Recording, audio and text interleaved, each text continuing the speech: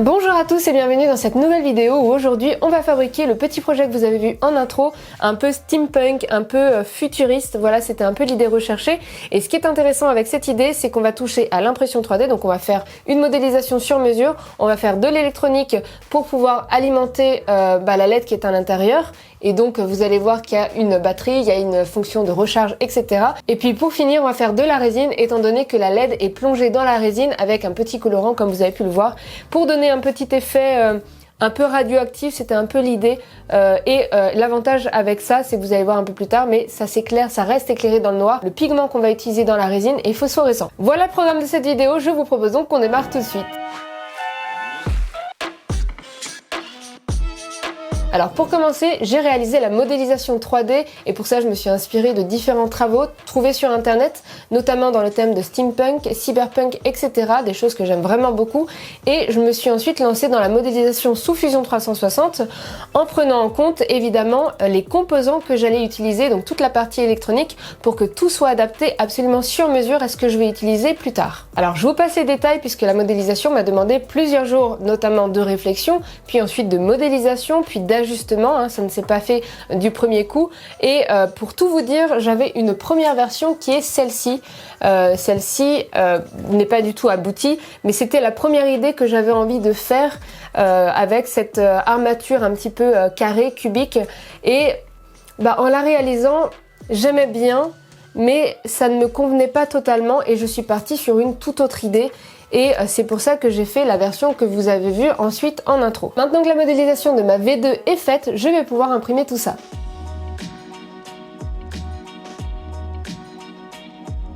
Voici le 3 impressions, on a donc le socle, j'ai décidé de mettre les supports d'impression directement à l'intérieur de manière à avoir cette partie-là vraiment jolie et clean. Donc ici je vais pouvoir retirer tout ça.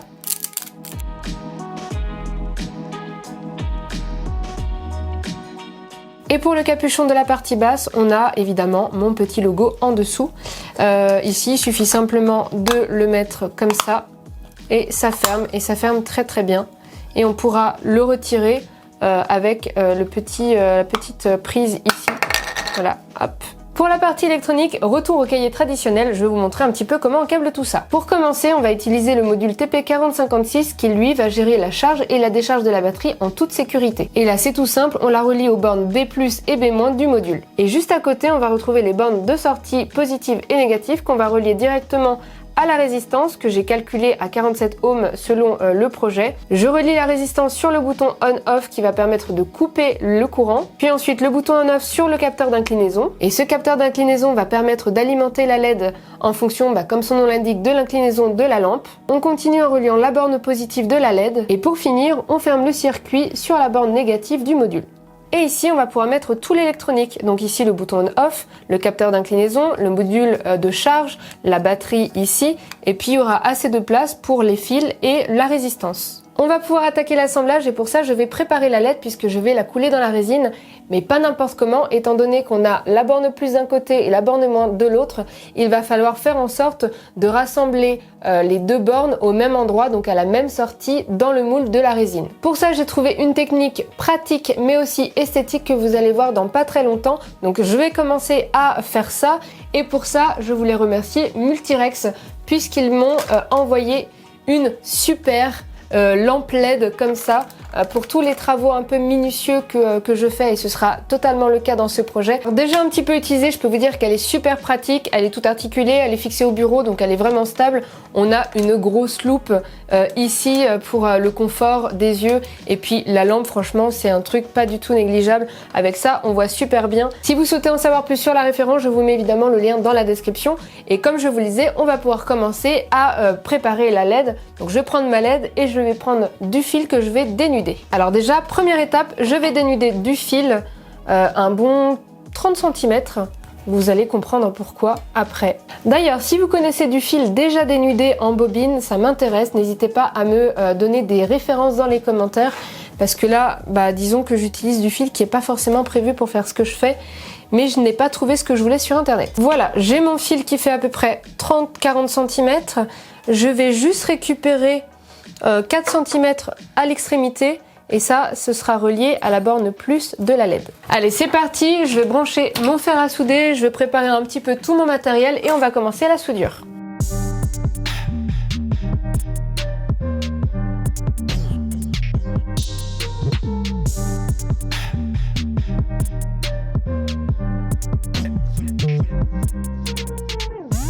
Voilà, donc en gros on a le petit fil du côté plus et le grand fil du côté moins de la LED. J'ai réalisé des petits guides en 3D, ce qui va nous permettre d'enrouler le long fil de la LED autour pour avoir quelque chose de joli et en même temps pratique, puisque je vous le rappelle, mon but c'est d'avoir la sortie négative et la sortie positive de la LED du même côté lorsqu'on va couler la résine.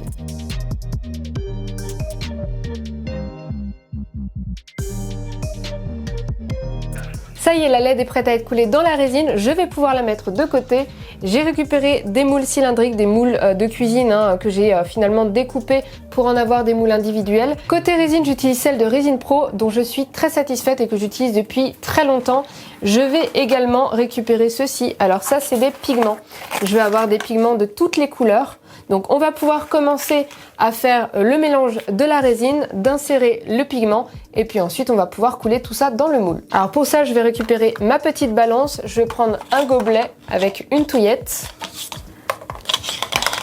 Et ici mon moule est en silicone donc il est très flexible et pour éviter qu'il se déforme, j'ai réalisé des petits guides comme ça que je vais insérer directement pour le moule. Hop, comme ça va me maintenir la forme bien ronde, ça évitera que ça se déforme et que ça fasse des trucs, des formes un petit peu bizarres. Allez, je mélange un petit peu la résine et c'est parti.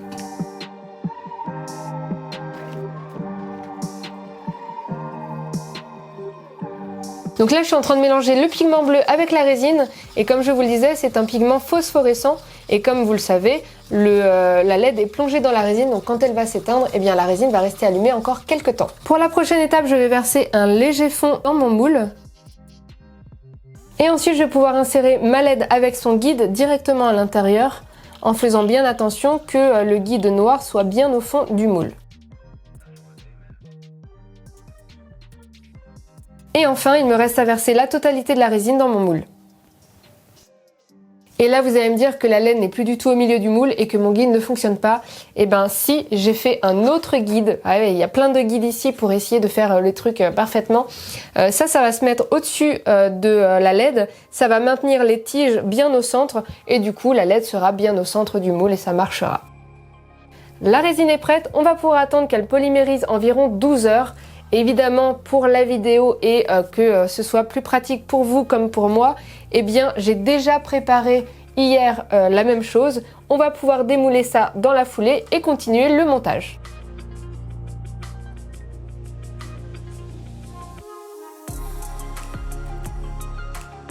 Alors évidemment, même avec tous les guides que j'ai imaginés, on ne peut pas avoir quelque chose de parfait. On peut notamment voir que l'espèce de ressort à l'intérieur n'est pas totalement au centre, mais c'est aussi ça qui fait le charme de l'objet. On va bientôt pouvoir commencer l'assemblage, mais avant ça, il va falloir que je lime un petit peu le haut de ma résine, étant donné que le moule a créé une petite courbure comme ça. J'ai fait des tests hors caméra, je ne suis pas parvenue à retirer cette courbure là, je ne sais pas pourquoi ça a fait ça, mais en tout cas ça ne rentre pas très bien dans mon socle, donc je vais limer tout ça et puis ensuite on va pouvoir commencer l'assemblage.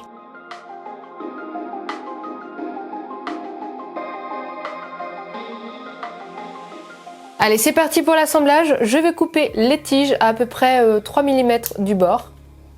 Et maintenant avec de la colle résine bicomposant, je vais pouvoir coller la résine avec les supports en impression 3D.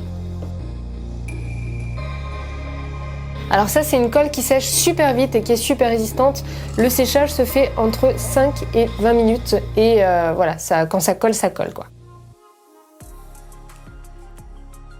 Après quelques minutes, c'est presque sec, je vais pouvoir récupérer mon fer à souder et le rallumer, reprendre la loupe et effectuer tout le montage de l'électronique. La loupe est super pratique, mais je sais pas trop encore comment je vais faire pour vous filmer tout ça en même temps.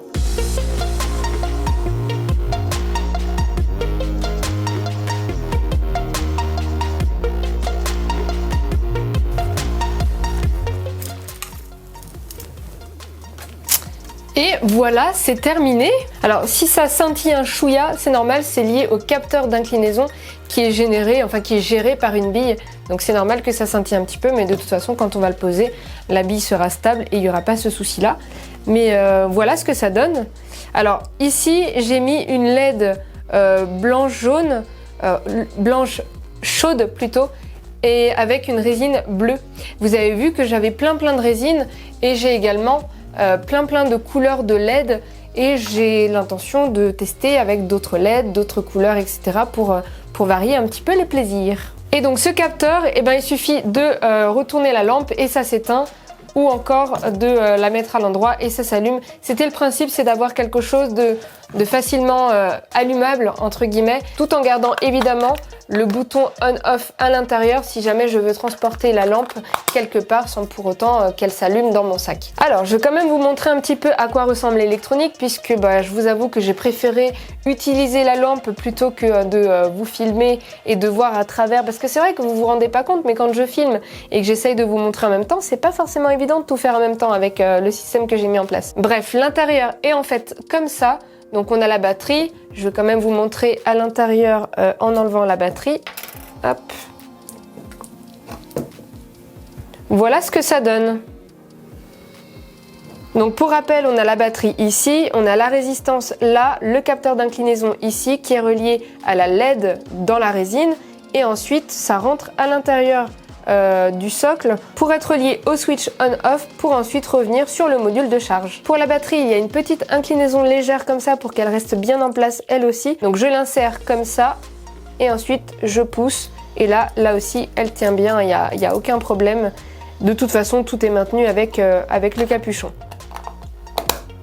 Pour la recharge, on a un port USB-C, donc il suffit de le brancher et puis voilà, donc de préférence à l'envers pour que ça charge bien la batterie. Et comme vous pouvez le voir à l'intérieur, on a la petite LED qui dit que la batterie est en train d'être rechargée et quand celle-ci l'est, eh bien le module va couper carrément l'alimentation pour éviter la surcharge de la batterie et la mettre en sécurité. Alors il faut savoir que si vous aimez ce projet, il est possible d'en acheter quelques-uns que je fabriquerai moi-même dans le labo avec mes petites mimines. Pour ça, je vous invite à vous rendre sous la vidéo, je vous mets un lien Etsy vers ma boutique, comme ça vous pourrez les commander. Elles seront faites en maximum 150 exemplaires, hein, c'est déjà beaucoup, je pense que ça va me prendre un temps infini, mais je les fabriquerai au fur et à mesure et je débloquerai au fur et à mesure les unités que j'ai réalisées directement sur le site. Donc si vous voyez qu'il n'y en a plus en stock, et attendez un petit peu, quelques jours, quelques heures et recheckez à nouveau pour savoir si j'en ai refabriqué de nouveau. Il faut également savoir qu'elles n'auront pas toute cette couleur là, parfois je vais utiliser du filament noir, du filament gris, ou en tout cas ce sera toujours des tons neutres,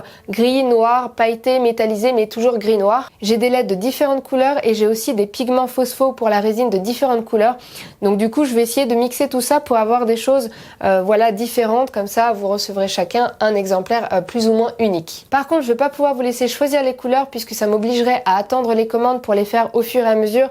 Moi mon but c'est de les faire vraiment à la chaîne puisque ça va déjà me prendre pas mal de temps. Donc je vais déjà les faire à la chaîne et puis en fonction de ce que je fabriquerai, eh bien je vous enverrai celles qui ont été fabriquées avec les couleurs que j'ai choisies. Voilà, en tout cas j'espère que cette vidéo vous aura plu. N'hésitez pas à me le faire savoir en me laissant un pouce en l'air sous la vidéo avec un petit commentaire. Vous pouvez vous abonner à la chaîne en cliquant sur le rond qui s'affiche ici à votre écran et en activant la petite cloche qui vous permettra d'être notifié lorsque je mettrai une nouvelle vidéo en ligne. Et moi je vous dis à très bientôt dans une prochaine vidéo.